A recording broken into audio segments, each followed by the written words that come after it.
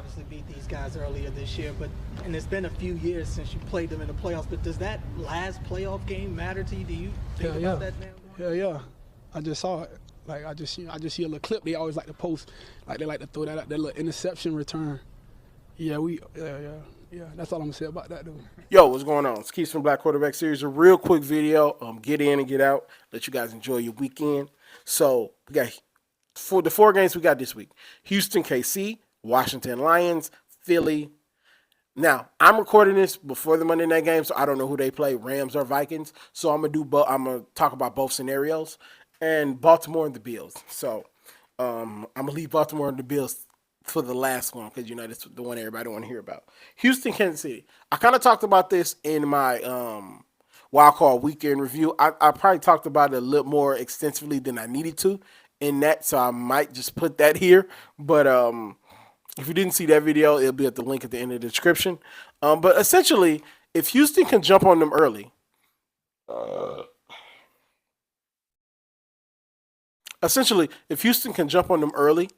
and make Kansas City have to play from behind the whole game, there's a real chance that they could beat them.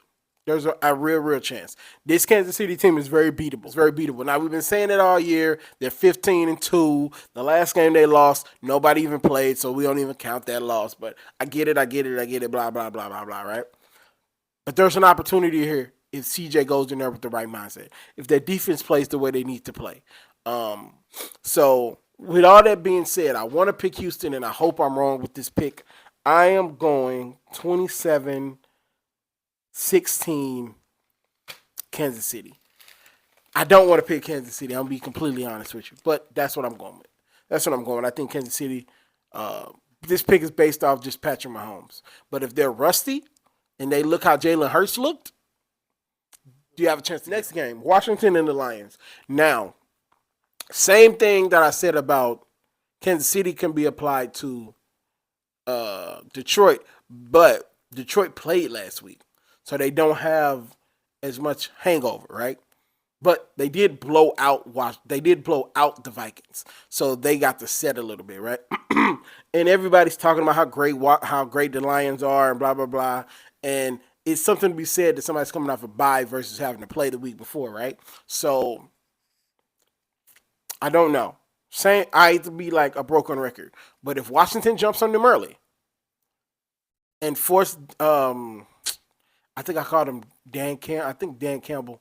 He's a coach of the Lions. I think I said Dan Campbell as the coach of the Washington in my last video. But if the coach of Dan Campbell, the coach of the Detroit Lions, has some riverboat run in him where he'll go for 4th downs in the middle of the first quarter when there's no points on the clock.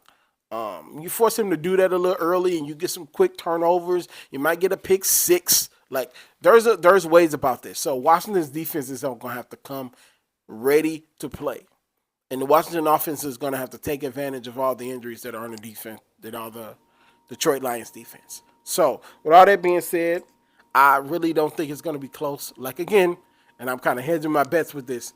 I hope I'm wrong because I want to see Washington move on. I love this Cinderella story that we're talking about, but I think this game is going to be nasty.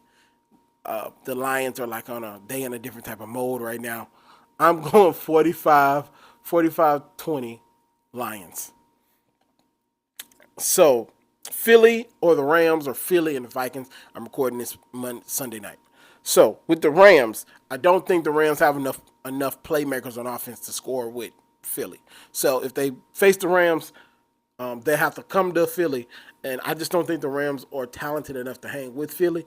But even though Philly's going to let them hang around in the beginning of the game, it'd probably be like the game today that we saw, where they let Green Bay hang around and then they end up running away and hiding. So final score of that game, 35-10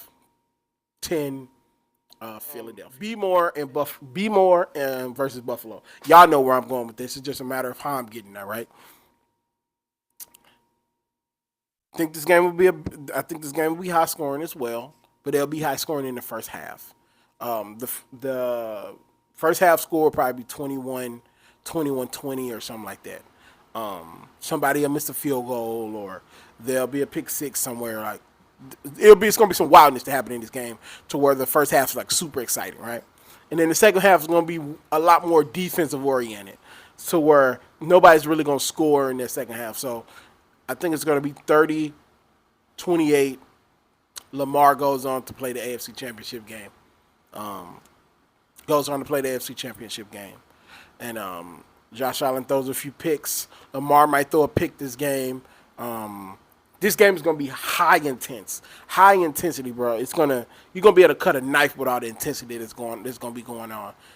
We might hear stories about there's a lot of people gonna be throwing slurs and shit in this, like this game is gonna be crazy. I was talking to my uncle about this game, and I said this game is gonna be the equivalent of when LeBron went back to Cleveland in Miami the first time. I think that's how nasty this game is gonna be, especially with the way that Baltimore fans and Bills Mafia fans don't rock with each other no more because of the MVP stuff. This game's gonna be cinema, bro. When the game came out, you kind of knew this was gonna be the Sunday night game. It's just too big to not be the Sunday night game. So that's all I got for you guys. You guys enjoy the games. Go Baltimore, and I will talk to you guys probably Monday. But stay tuned on the community app. I'm gonna be very active there. Peace.